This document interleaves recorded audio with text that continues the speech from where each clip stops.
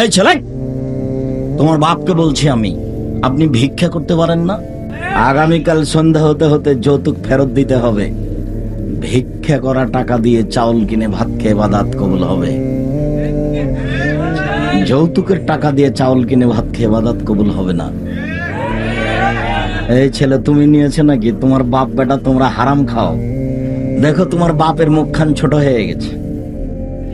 তোমার বাপকে বলছি, আপনি ভিক্ষা করতে পারেন না? যদি ময়মনসিংহের শেরপুরের জেলাতে আপনার রুচি না হয় কাজ করে, তাহলে আপনি ভিক্ষা করেন। আমি ভিক্ষা করে খেতে বলিনি।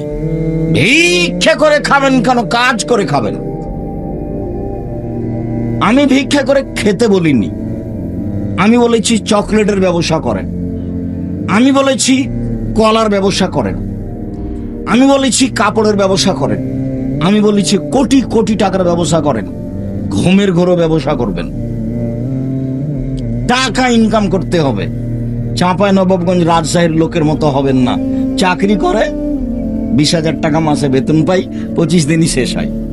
বাপ মা বলে যে ছেলে, আব্বু একটু কিছু টাকা পয়সা লাগতো, তখন বলছে আম্মা আমাদেরই তো চলছে না, কি যে করি। কোনোদিন বাপ মাকে দিতেই পারে না।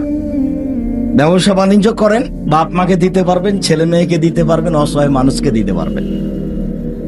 রাসূল সাল্লাল্লাহু আলাইহি ওয়াসাল্লাম বলছেন, সত্যবাদী বিশ্বস্ত ব্যবসায়ীরা বিচারের মাঠে নবীগণের সাথে থাকবেন। তিনি বলছেন, আর তিজারাত মাল কিদ ওয়াল হালাফ, অনেক সময় ব্যবসায় মিথ্যা কথা চলে আসে, কসম চলে আসে। ফাসবহু বিসাদাকা, তোমরা দান করে এটা মিটিয়ে দাও। ব্যবসাকে তিনি পছন্দ করেছেন। কোটি কোটি টাকার ব্যবসা করবেন, ছোট ব্যবসা করবেন কেন? আমি ভিক্ষা করে খেতে বলিনি।